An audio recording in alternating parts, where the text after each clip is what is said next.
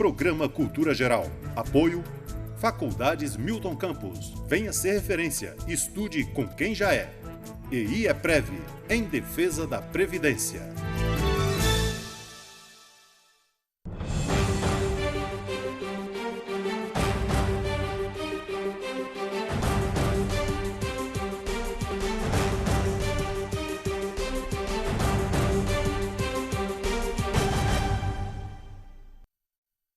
Muito boa tarde, Nova Lima, começando agora mais um programa Cultura Geral aqui na TV Banqueta, né? Que é essa novidade aqui do programa que a gente tem tentado trazer informação, diversidade, cultura e uma série de coisas aqui para a TV Banqueta, para as pessoas que nos assistem todos os dias aqui de segunda a quinta-feira às 17 horas, né?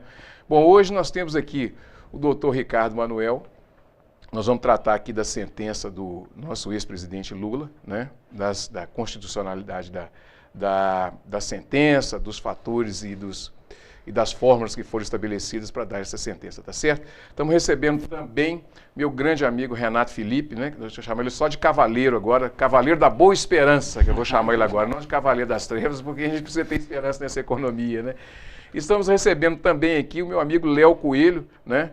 O Léo vai falar de fotografia e vem novidade aí, né? Nós vamos falar do Novembro Azul, né? Hoje nós vamos bater um papo super legal aí, com essa quebra de paradigma, com essa quebra de preconceito aí com relação ao homem participar mais um pouco dessa prevenção do câncer, né? Sejam todos bem-vindos, a casa é sua, o programa Cultura Geral é feito para você que está aí em casa e para a gente também, que a gente faz aqui um programa meio assim, rádio falado também, trocando uma ideia super legal aqui no estúdio, para que você se sinta aqui, se sintam na sua casa como se você estivesse aqui fazendo esse bate-papo gostoso, não só com essa coisa da câmera e da televisão, dessa tela fria, assim, vocês participando realmente do programa e ajudando a construir o nosso programa, tá certo? Diariamente, tá certo?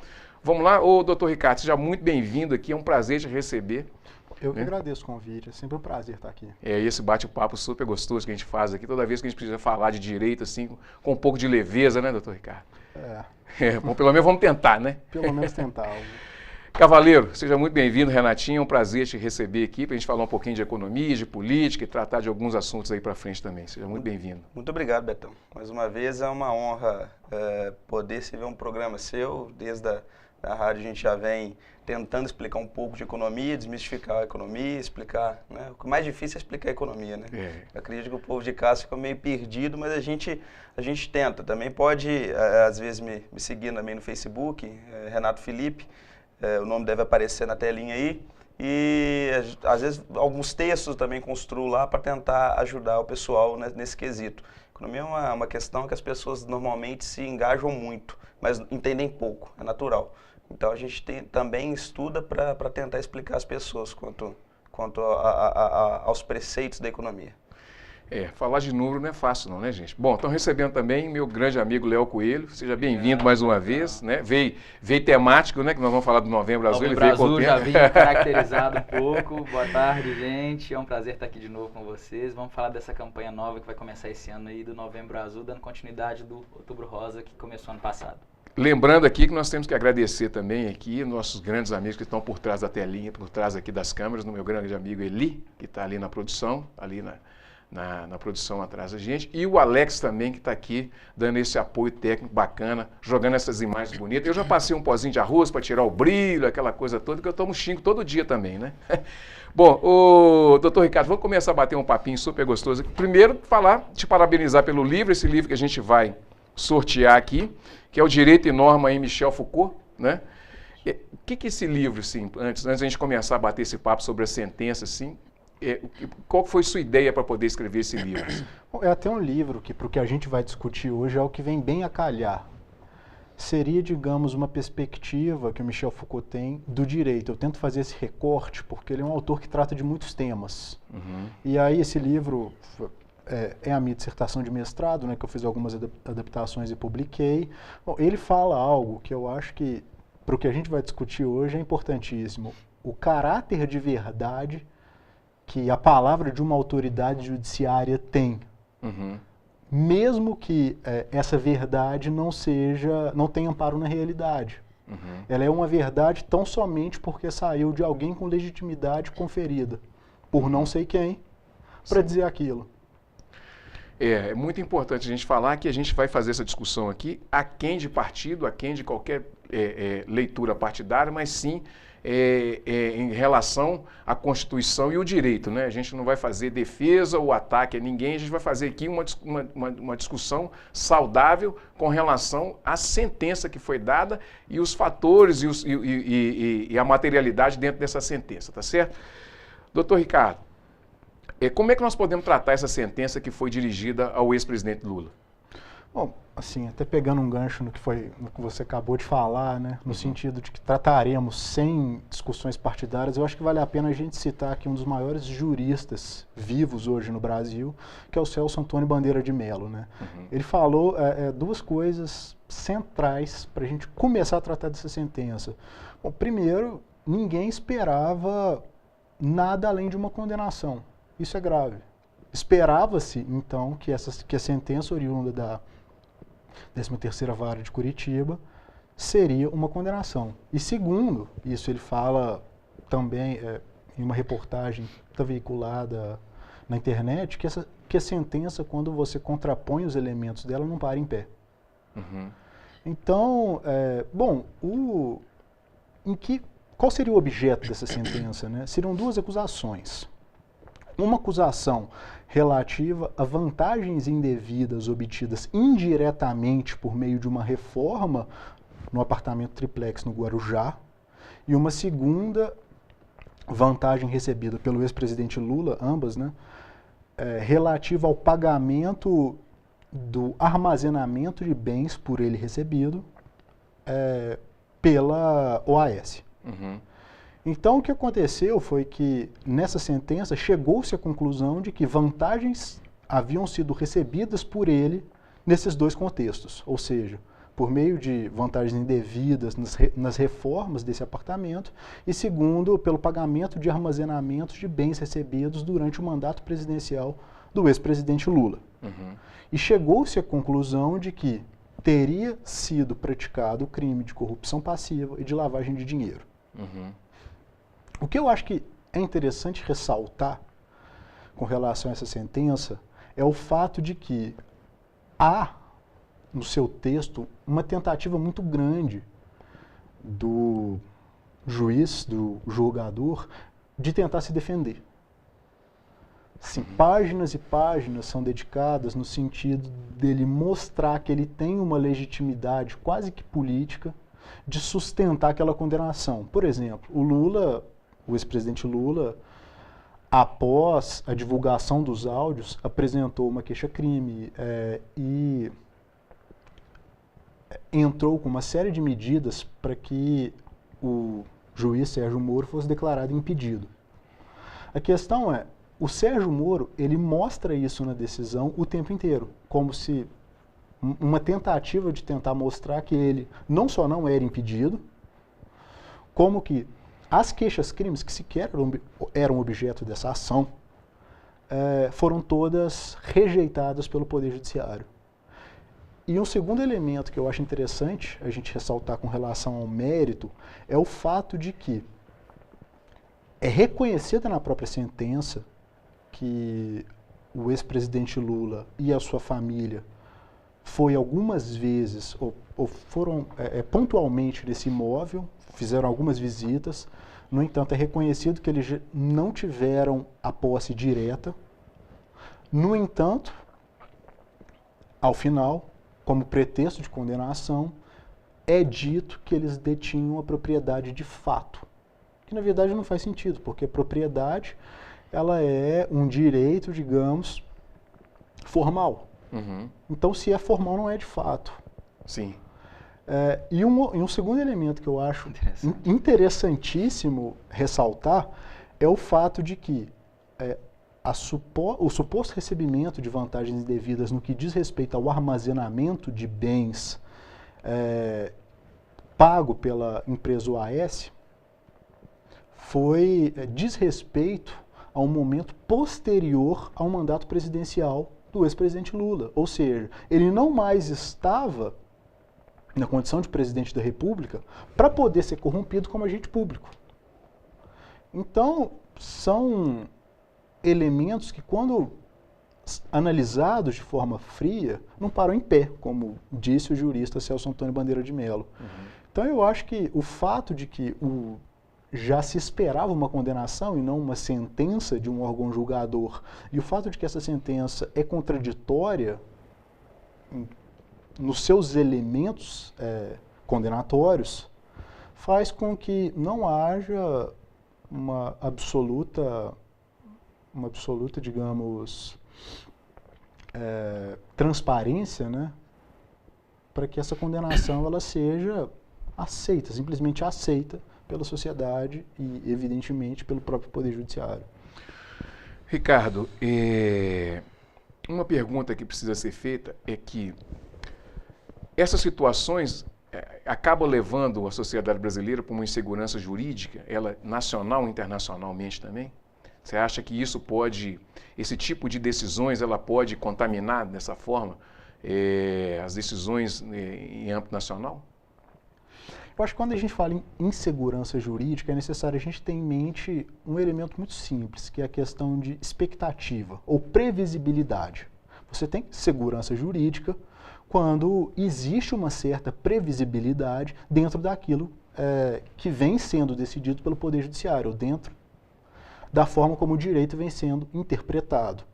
A questão é, você pode ter uma segurança jurídica boa, no sentido de uma previsibilidade positiva, como se o judiciário, digamos, estivesse acertando nas suas decisões, e você pode ter uma segurança jurídica ruim, quando o judiciário ele vem desacertando nas suas decisões de forma reiterada. Sim. O que eu acho preocupante com essa sentença do ex-presidente Lula é o fato de que, criminalmente, arbitrariedades são cometidas pelo Poder Judiciário o tempo inteiro. A questão é que isso vem transparecendo na Operação Lava Jato em alguns momentos pelo fato de que se trata de um ex-presidente da República. No entanto, o Poder Judiciário, no âmbito criminal, comete arbitrariedades o tempo todo. Essa questão da delação premiada, obviamente que a gente precisa só falar, não precisa ser nada aprofundado, mas ela acaba também criando uma insegurança e também nesse meio jurídico e tal, quando você abre demais a delação premiada e essas condenações, às vezes a pessoa começa a cumprir a pena antes de transitada em julgado e tal. Isso também pode acarretar em algum tipo de arbitrariedade? Bom, sendo bastante sincero, eu não sou especialista no Instituto da Delação Premiada. Então, o que eu posso dizer é que a delação premiada deve ser um instituto com que nós temos que olhar com muita ressalva. E, sobretudo, a gente não pode aplicá-lo de forma irrefreada. A gente não pode aplicá-lo à torta e à direita, digamos assim.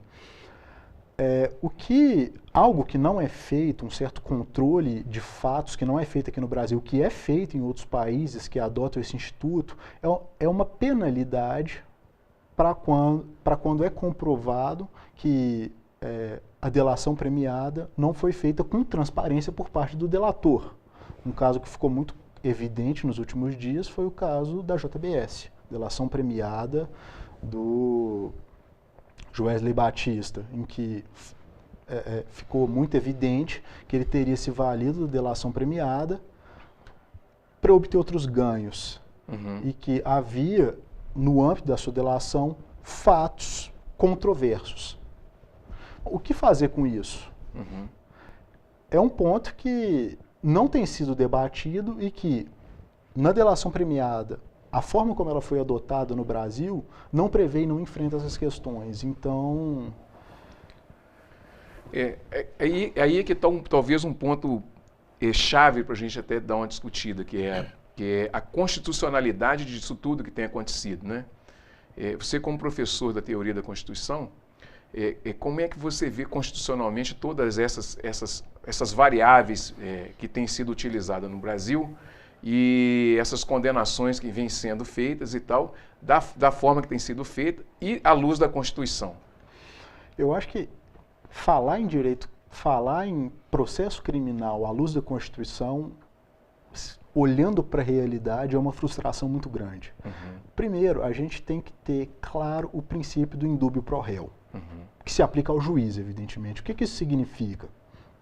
O juiz, se houver margens de dúvida, deve absolver. Ou seja, a dúvida deve ser empregada sempre em favor do réu. Isso significa que o juiz ele não pode, constitucionalmente, produzir provas. Ele não pode ir atrás de elementos probatórios para condenar o réu, para acusar o réu. Isso chega a elementos básicos em uma audiência de instrução. O juiz ele não pode, em uma audiência de instrução, ou seja, uma audiência de produção de provas, fazer perguntas. Porque se ele está em dúvida com relação àquele elemento, ele deve absolver e não perguntar. Porque cabe à acusação realizar perguntas. Quando a gente olha para a Operação Lava Jato e para a prática cotidiana do direito penal, do processo penal, a gente vê o total oposto disso. A gente vê juízes que produzem provas, ou seja, desrespeitam frontalmente o princípio do indúbio pro réu. A gente vê juízes acusando, ou seja, cabe à acusação buscar elementos de prova. Se o juiz busca elementos de prova, ele está acusando.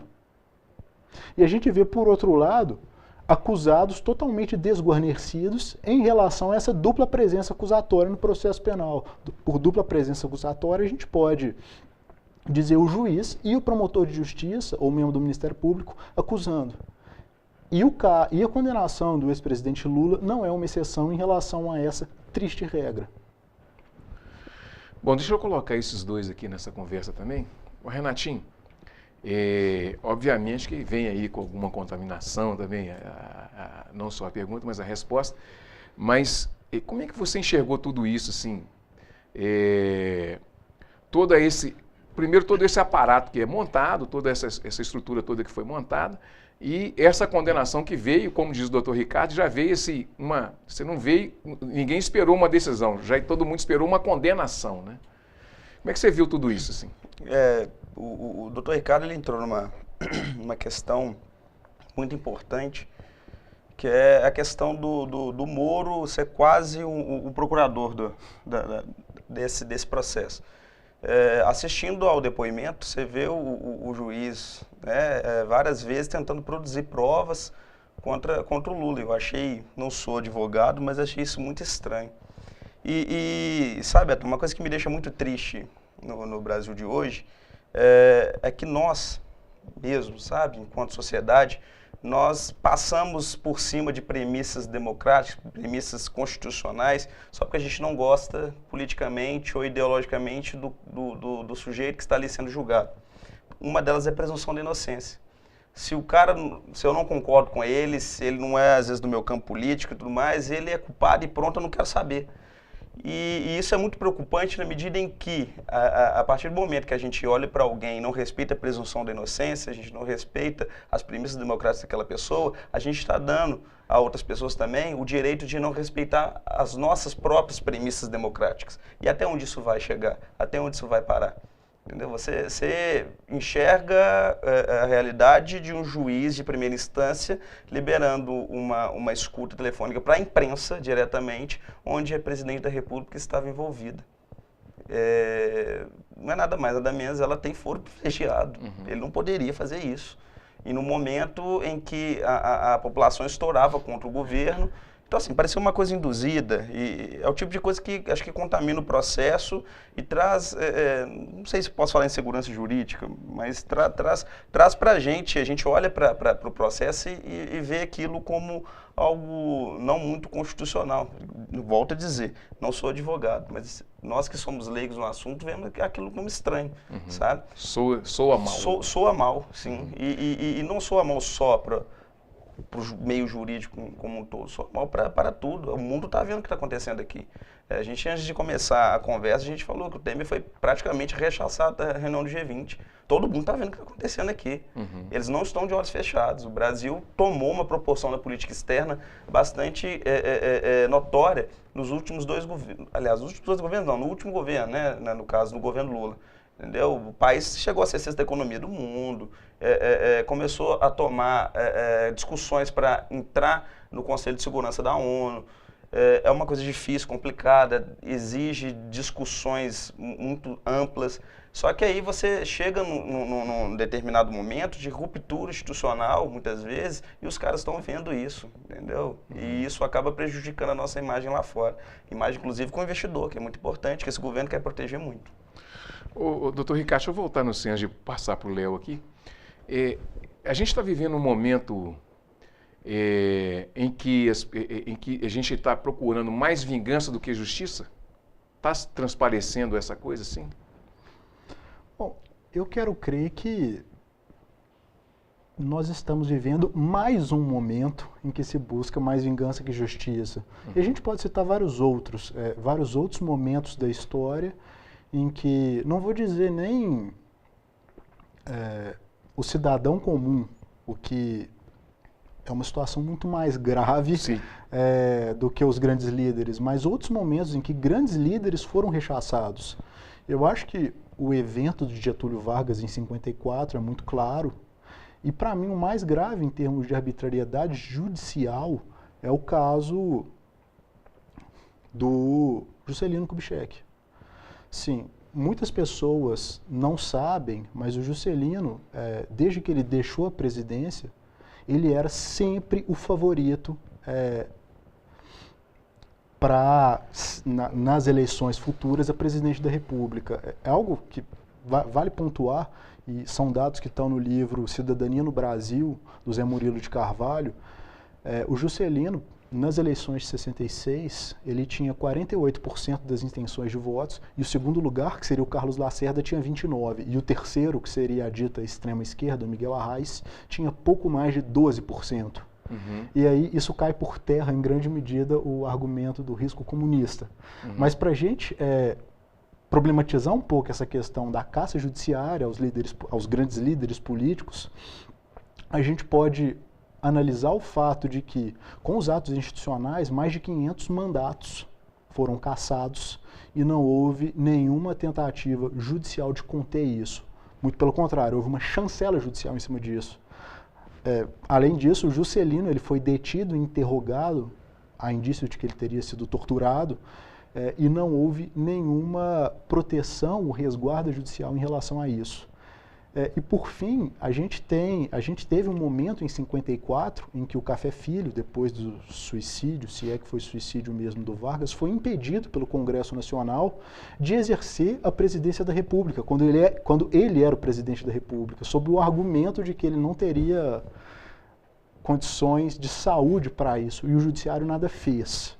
Então, quando a gente olha o papel, e isso está muito claro na sentença do Moro, fazendo um link com o questionamento anterior, quando o Moro fala, olha, tudo que eu faço é chancelado pela estrutura do Poder Judiciário. Bom, para mim, isso não é mérito algum, porque a estrutura do Judiciário, seja de base, seja a cúpula, historicamente, nunca fez muito, não vou dizer que nunca fez nada, mas nunca fez muito na salvaguarda da democracia e das instituições políticas. Renatinho, você pediu uma parte aí? Não, só para deixar claro que tanto o doutor Ricardo como o que eu disse também, ninguém está tentando aqui inocentar o Lula ou defender o Lula, que isso fique bem claro para as pessoas de casa.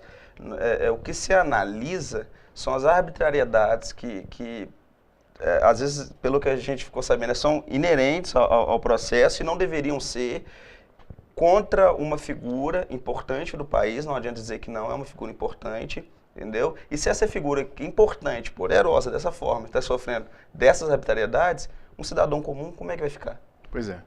A questão é essa. Bom, deixa eu fazer um intervalinho aqui.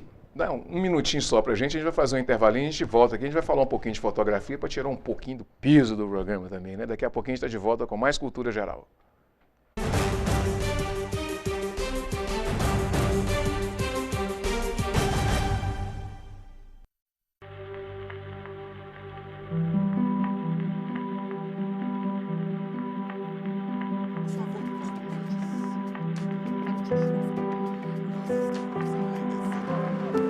Fizemos muito mais que uma programação inédita que agrada a você. fizemos uma nova programação que agrada a todo mundo.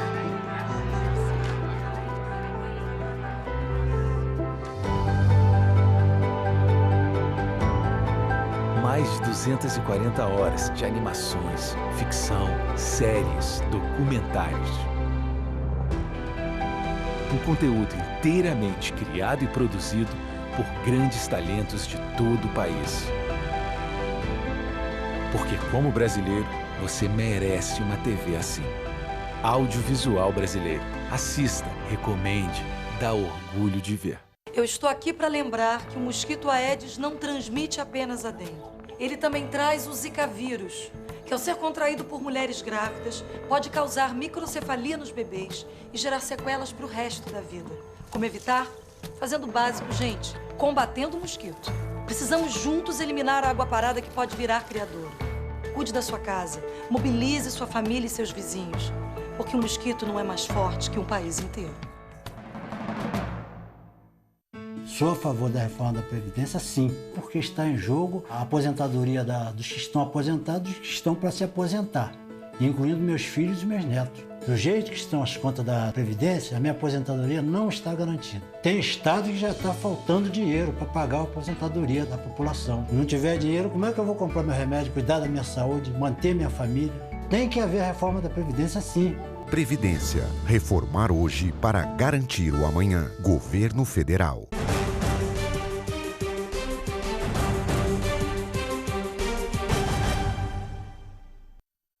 Muito bem, voltando com o programa Cultura Geral, vamos falar um pouquinho de fotografia? Falar um pouquinho de fotografia para você se sentir um pouquinho mais aliviado aí, que é muita informação, né?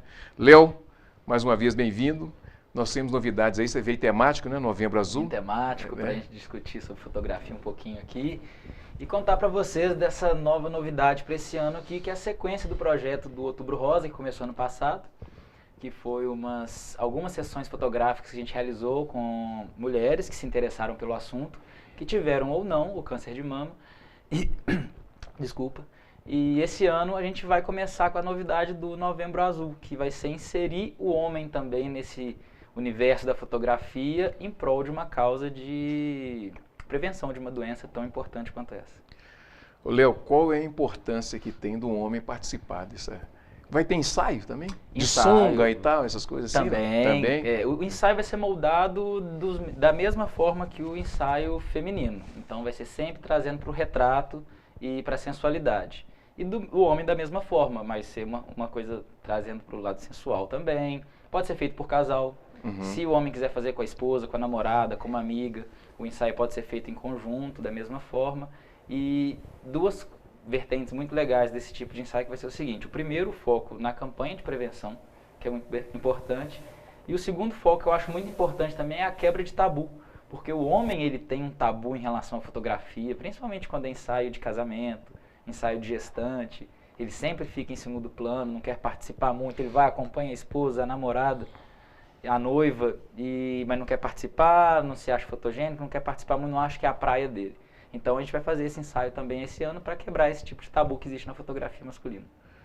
Bom, quebrando o tabu da fotografia, imagina quebrando o tabu com câncer de próstata, né? Que é uma coisa, né? Agora, é muito importante isso, né, Léo? Porque as pessoas precisam entender que elas precisam prevenir, né?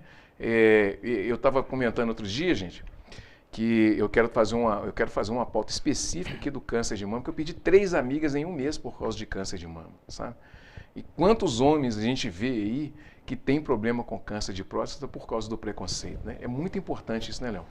Eu vejo, em cima do que você está falando, Betão, que a mulher ela tem uma consciência muito maior em cima do autoexame e em cima da gravidade da doença do que o homem, porque o homem passa muito pelo preconceito em relação ao exame e pelas piadinhas que acontecem sempre, né? De como é feito o exame, da forma que é feito, mas automaticamente com essas piadinhas, com todo esse universo que tem envolvido o assunto, quando ele deita a cabeça no travesseiro, quando ele está sozinho no momento dele, ele pensa na importância disso, onde vem aquele medo e talvez a insegurança de procurar um médico para fazer esse exame. Então a gente abordando com a fotografia um tema tão importante como esse, pode ser que quebre um pouquinho esse tabu, a gente de uma forma mais leve, mais solta, né, mais tranquila, a gente consiga abordar esse assunto tão importante.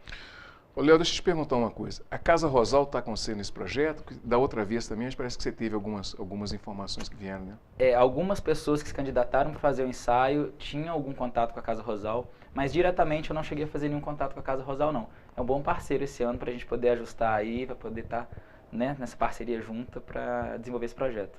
Desde já eu já deixo convidado aqui o pessoal da Casa Rosal. Quero fazer uma pauta sobre câncer de mama. É uma instituição, uma ONG que tem um trabalho super bacana e começou lá com a minha amiga Babá, né, Couto, e a gente vai fazer um programa aqui voltado para isso, não só para o câncer de mama, mas também para todo tipo de câncer que a Casa Rosal dá essa assistência super bacana. Pode falar. Só uma observação, Betão. No dia que for formatar dessa pauta com a Casa Rosal, se você achar interessante, eu posso convidar uma das participantes também da campanha do ano passado para vir falar um pouquinho sobre como ela se sentiu, como foi a fotografia na vida dela, que foi o primeiro ensaio. Geralmente a maioria das pessoas que procuram para fazer um ensaio é o primeiro, tá? Não tem aquele contato direto com a câmera. Então, para poder ficar um papo solto e bem na prática mesmo do que aconteceu, a gente pode convidar. Já está convidado. Eu quero trazer a Babá, que a Babá tem muita sensibilidade com isso, né? Eu acho que ela é uma pessoa assim... Babá tem uma coisa interessante, que ela começa um projeto, depois passa o projeto para frente e ela continua criando outras coisas, né? Eu acho super interessante. Agora, é muito importante, né, Ricardo, uma iniciativa assim, com essa quebra de paradigma, né, do homem, né, se tratar e ver que não tem nada a ver essa coisa do toque e tal, né? Muito interessante, né, Ricardo? Não, sem dúvida. Existe um preconceito, eu acho que a gente acha que está sendo desconstituído, mas com as piadinhas, com tudo, a gente vê que, de alguma forma, esse é um horizonte ainda a ser transposto, né? E não deveria ser, porque a prevenção a uma doença que hoje assola a nossa sociedade, né, e que por muitos é vista como uma doença do futuro, ela não pode ser uma piada, ela tem que ser algo sério, né? Sem sombra de dúvida. Renatinho, como é que você vê tudo isso, você que está novinho aí e tal, né? E você sabe que teve um urologista que falou comigo o seguinte: um homem, nós temos um problema seríssimo, que nós não somos iguais às mulheres, né? Que as mulheres começam a fazer o acompanhamento ginecológico desde novinha, que a mãe leva e tal. E os pais deveriam fazer isso com as crianças também, com os homens, né? Levar os homens ao urologista a partir ali dos 12, 13, 14, 15 anos de idade para frente para poder fazer o controle. Como é que você enxerga isso, essa geração sua e a do Léo também, né? Que o Léo já tá bem à vontade com isso, mas como é que você enxerga tudo isso, assim, com relação a essa coisa, assim, não só do machismo, né?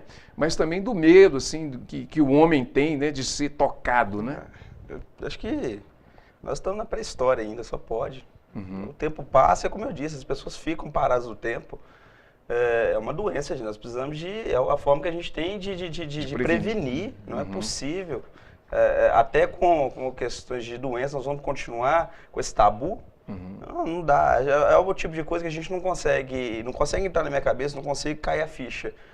As pessoas precisam parar com isso e a fotografia é uma forma bastante, vamos dizer assim, gentil de colocar isso na cabeça das pessoas, sabe?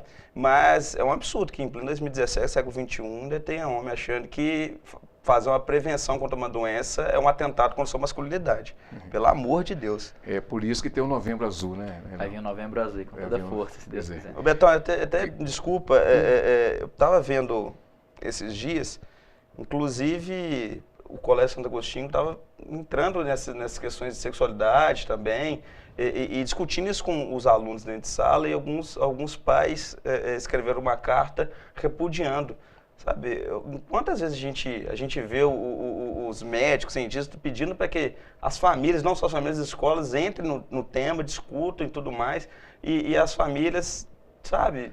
Tem essa coisa da tradição, né, de ficar puxando, né, Ricardo? Puxando para trás, assim. Não, isso não é coisa para ser discutida em escola, né? Mas não discute em escola, não discute em casa, não discute em lugar nenhum, vai discutir né? aonde? Aí discute na rua, aí acontece, né, vem gravidez precoce, essas coisas. Doença, né? Possível. É importante salientar que é importante que os pais, né, hoje, né, gente, vocês que estão aí do outro lado, que discuta com seus filhos, né? Porque ali, a adolescência principalmente, a criança tem muita curiosidade, o adolescente tem muito medo, né? Tem muita insegurança e tal. Então, procurar entender a situação dos filhos, procurar entender a questão até sexual mesmo. Se você não sabe, não tenha vergonha de perguntar, de ir a um psicólogo, de ir à escola, conversar às vezes com o professor, conversar com alguma pessoa que entenda disso, procurar uma ajuda profissional. Nova Lima tem uma vantagem que é os postos de saúde espalhados pela cidade inteira, né? Então, tem profissionais para todos os lados, né? E pode sim, hoje tem Google, tem um monte de coisa que você pode procurar na internet e tal, tem informação para tudo enquanto é lado. Não tem desculpa para não informar, não se informar e também talvez tentar pelo menos abrir um campo de discussão com seus filhos a respeito disso, né? Uma observação, Renato, pelo que você falou aqui, muito interessante, essa questão da família barrar um pouco do assunto em relação à educação sexual, que envolve as doenças também. Eu lembro há pouco tempo atrás, não sou tão velho assim, né, mas a gente pode falar pouco tempo atrás, a questão da droga também, quando começou a ser discutida dentro de sala de aula. Sim. Que familiares iam às escolas pedindo para que não fosse falado com a criança sobre droga, porque ela não teria acesso a isso, porque a família era religiosa ou protegia o filho contra as drogas. Hoje em dia não tem outro formato a não ser começar na escola a falar sobre as drogas, né? Porque está aberto, você põe o pé para fora de casa, você está aí, um mundo perdido das drogas. O álcool é uma droga, né, o álcool, o cigarro, né, que são drogas permitidas. Eu acho que, com relação ao exemplo do colégio, os alunos depois fizeram uma carta em resposta aos pais, repudiando a conduta desses pais. Eu acho que mostra, de alguma forma, não vou nem dizer a tradição, porque a tradição é algo bastante positivo, né? Mas esse conservadorismo... Talvez uma diferença de pensamento de gerações, né? Sim. Bom, vamos pular desse assunto bacana para a economia. Renatinho, Cavaleiros da Esperança. O que tem de mudança? Mudança, Cavaleiro da Esperança. Né? No rádio podia falar Cavaleiro, né? No rádio podia falar Cavaleiro das Trevas, não tinha muito problema, né? Ninguém estava vendo, mas agora na televisão você fala Cavaleiro da Esperança, é melhor, né? Soa melhor, fica mais leve, né? Como é que tem a gente tem alguma perspectiva? Bom, você adiantou que a gente ia falar, que o Temer foi rechaçado aí pelo G20, né? Mas a gente tem alguma perspectiva de melhora na economia? A gente tem até tido alguma resposta aqui e ali, mas a política do jeito que está também acaba causando algum tipo de insegurança. Como é que está isso e como é que a gente pode esperar? O que a gente pode esperar? A política, como sempre, mais uma vez, acabou retardando boas notícias, né? Mas eu tenho uma visão diferente do mainstream da economia em si, né? Assume um governo que tem feito reformas liberais e a gente sabe que na economia nós temos os heterodoxos e os ortodoxos, né? Dos governos do PT, os heterodoxos estavam lá em cima, o que eles falavam era a verdade. Agora, no governo do Temer, com as reformas liberais, os ortodoxos estão lá em cima, o que eles falam é verdade. Mas eu não consigo enxergar ainda um país em plena retomada. A economia ainda patina.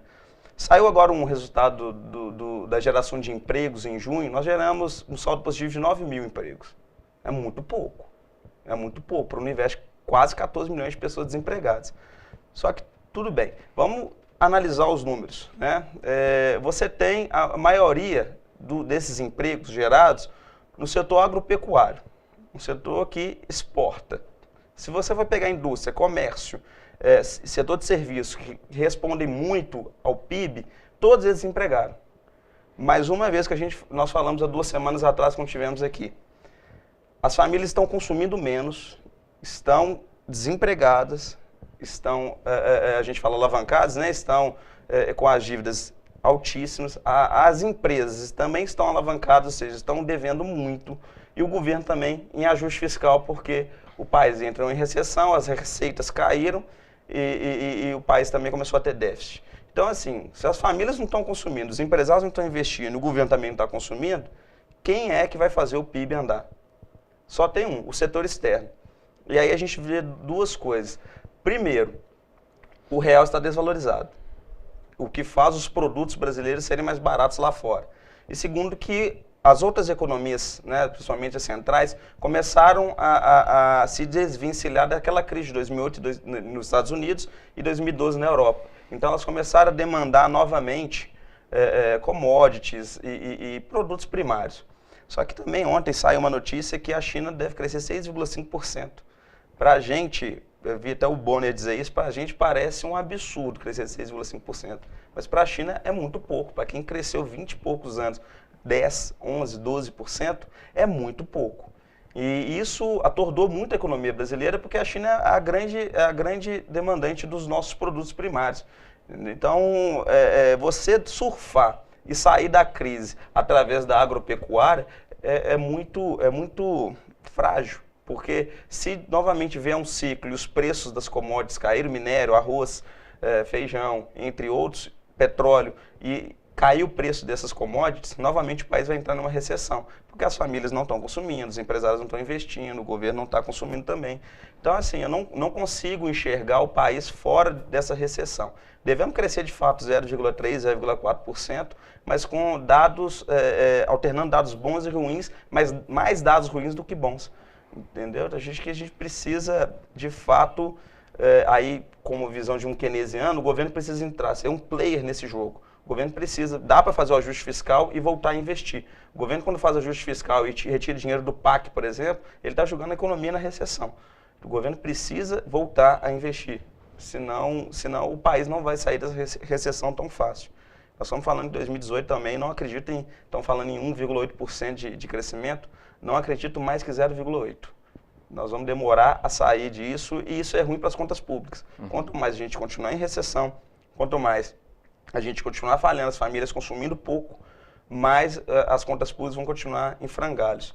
E aí a gente enxerga horizontes não muito bacanas, porque você manter déficits nas contas públicas durante muito tempo, você está levando a dívida pública muito para cima. Se ela for percebida como impagável, como uma dívida de forma estrutural, que não dá para você rolar a dívida pública, aí a gente está falando que nós vamos acabar virando a Grécia, como eu disse também há 2 semanas atrás.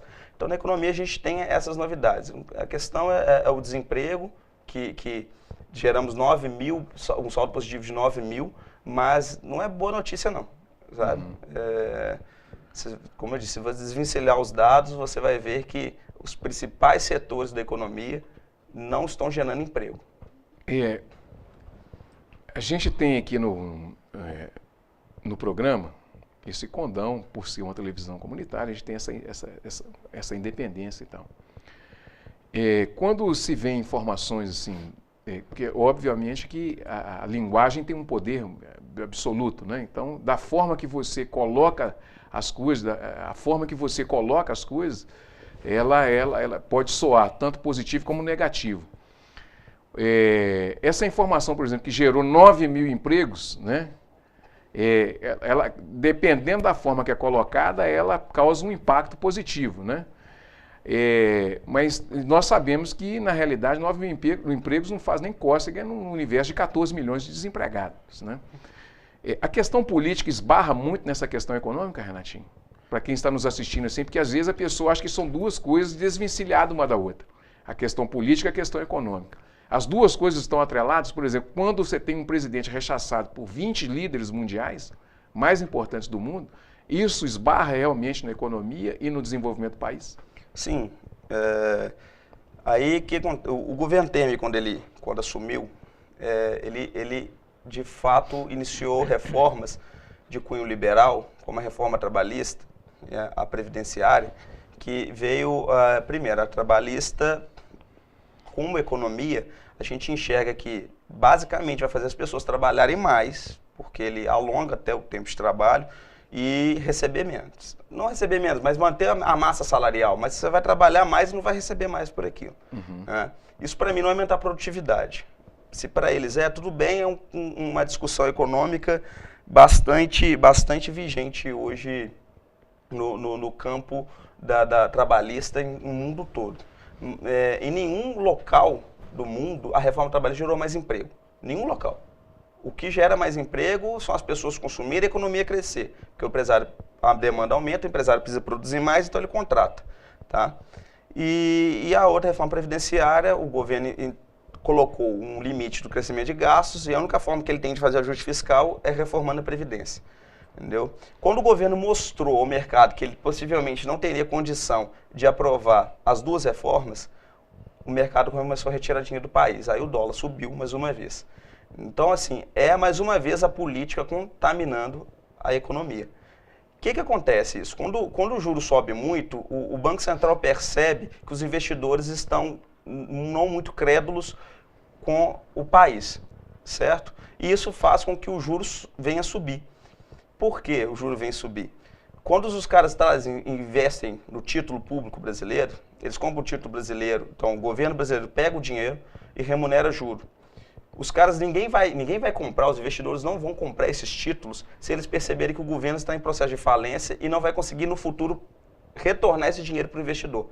Então, quando o risco sobe, o juro também sobe, porque eu estou te emprestando dinheiro, você está me demonstrando que você não vai pagar, então eu vou te cobrar mais.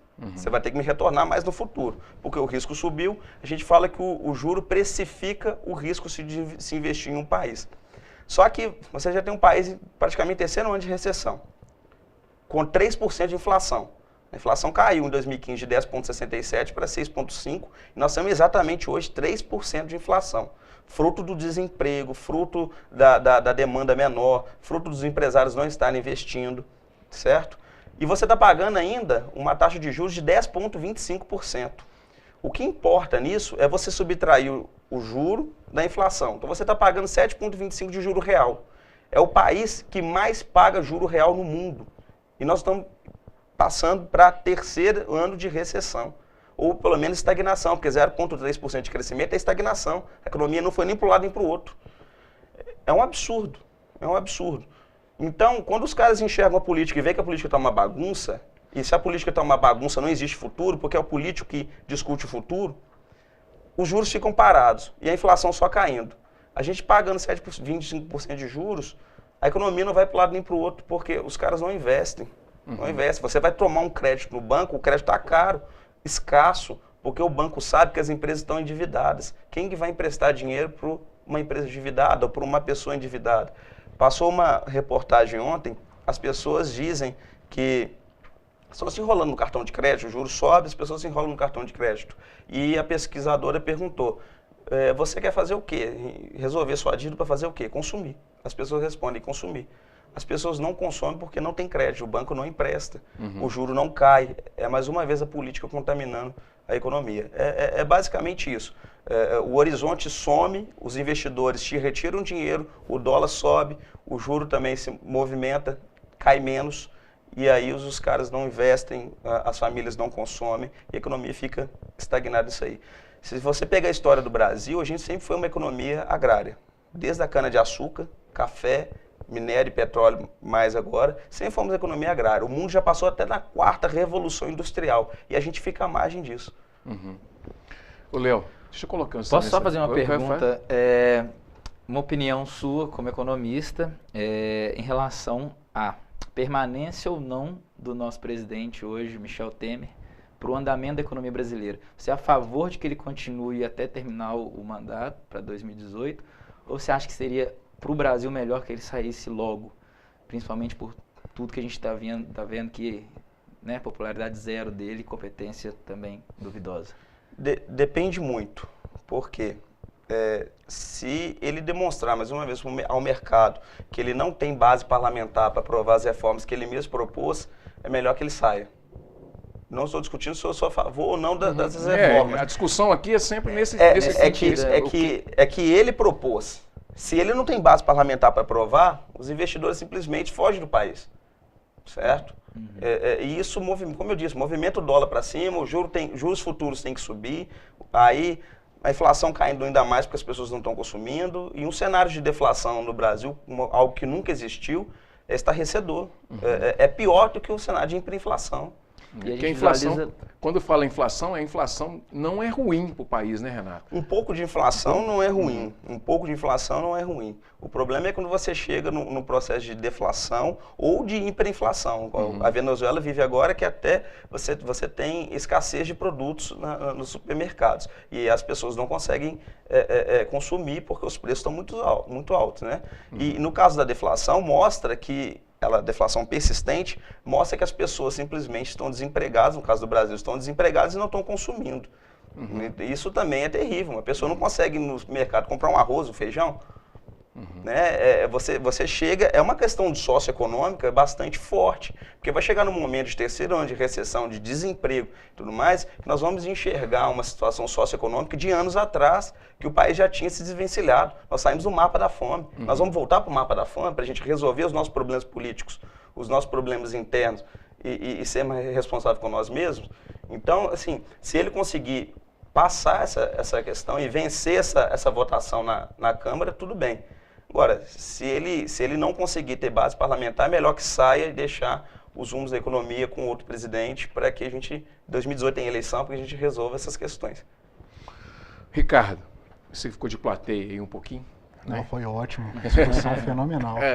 Ô Ricardo, deixa eu te perguntar uma coisa. Essas reformas podem trazer para a gente, e aí é uma coisa que nós já discutimos no rádio também, né? Que nós discutimos a PEC 55, discutimos uma série de outras coisas, né?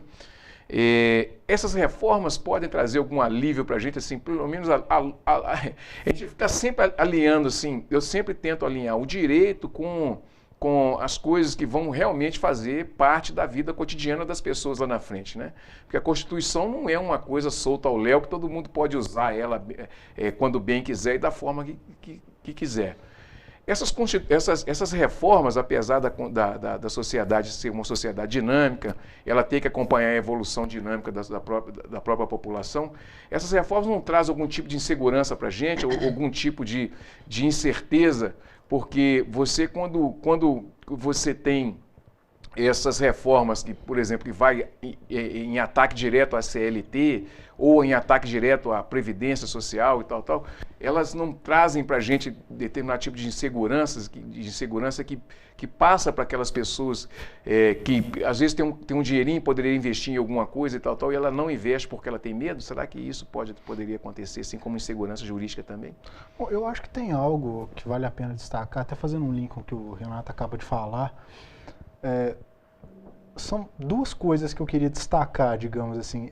Sempre resposta de mercado, assim, sem entrar nessa questão do propriamente o que leva a uma boa resposta, o que leva a uma resposta ruim, mas sempre assim, uma resposta em termos numéricos, né? A resposta do mercado em relação a ações políticas e as ações políticas em si, digamos assim. Historicamente, né, períodos de grande crescimento algumas vezes estavam atrelados a situações políticas ditatoriais, né? Assim, você pega tanto Estado Novo quanto o período do milagre econômico, né, que foi o período de maior repressão. Claro, evidentemente que no período do governo JK se teve democraticamente um grande crescimento econômico. Mas hoje, olhando para o cenário atual e vendo que o mercado responde bem a determinadas medidas que não são unânimes socialmente, me deixa um pouco preocupado, assim, em relação a isso, a essa entidade denominada mercado. E com relação a essas outras medidas que se busca aprovação, eu acho que elas podem ser atreladas também a uma tentativa de uma resposta política ou uma falta de uma resposta política em relação a uma série de outros problemas. A gente pega hoje o combate à corrupção como é feito, e eu já chego a um link a essa questão. Bom, o combate à corrupção, quando ele é feito de uma forma equivocada, digamos assim, ele causa problemas. Se as instituições elas se aperfeiçoam democraticamente, sempre ouvindo a sociedade, isso necessariamente vai combater a corrupção.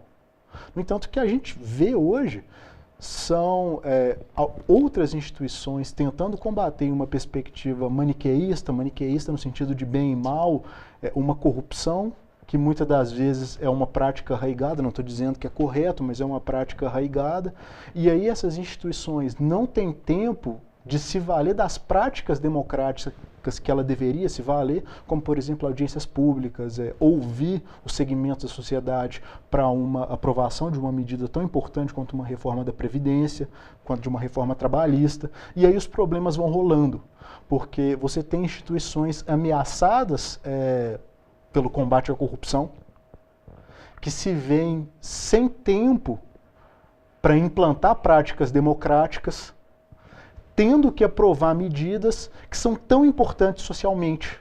O que acontece? Acontece o que a gente está vendo. Uhum.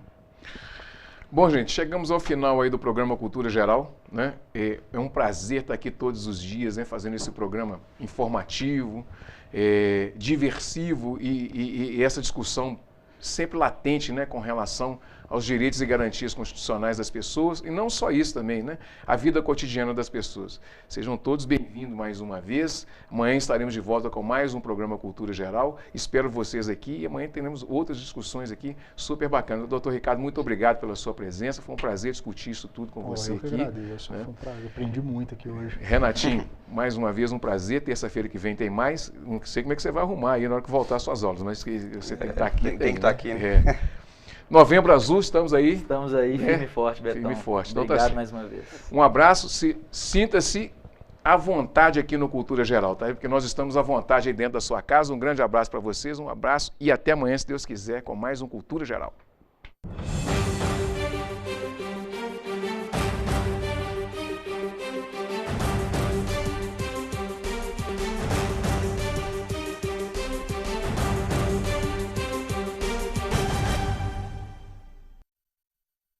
Programa Cultura Geral. Apoio Faculdades Milton Campos. Venha ser referência. Estude com quem já é.